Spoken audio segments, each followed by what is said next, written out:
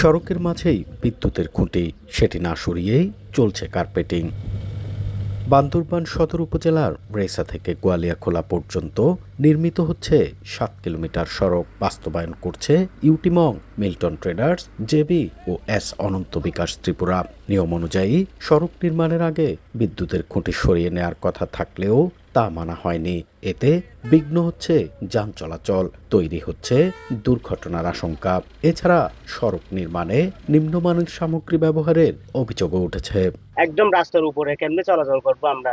যে কোনো মুহূর্তে এগুলি অ্যাক্সিডেন্ট করতে পারে। দুইটা গাড়ি যদি একসাথে পারাবার করতে যায় বড় গাড়ি, তাহলে এখানে হয়তো কেউ বেগে যাবে, কেউ আপরে আসবে। যে জায়গার 2 ফুট 3 ফুট ডালে দেওয়ার কথা সেখানে দেখতে শুনবেন 1.5 ইঞ্চিও ডাল হচ্ছে না। কন্ট্রাক্টরকে বলার পরে উনি বলতেছে আমি বিদ্যুৎ অফিসকে জানাইছি, ওরা কোনো উদ্যোগ নিতেছে না।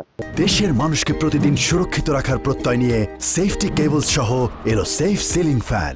রাস্তার কাজগুলো নিম্নমানের খুব কম হচ্ছে। এটা এই রাস্তাটা বৃষ্টি পড়লে এটা হয়তো এই পাথরগুলো আরো উঠবে, এটা হয়তো রাস্তাটা হয়তো নাও টিকতে পারে এটা।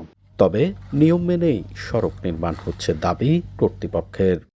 এলাকাবাসীর অভিযোগের শেষ নাই, জনগণেরও অভিযোগের শেষ নাই।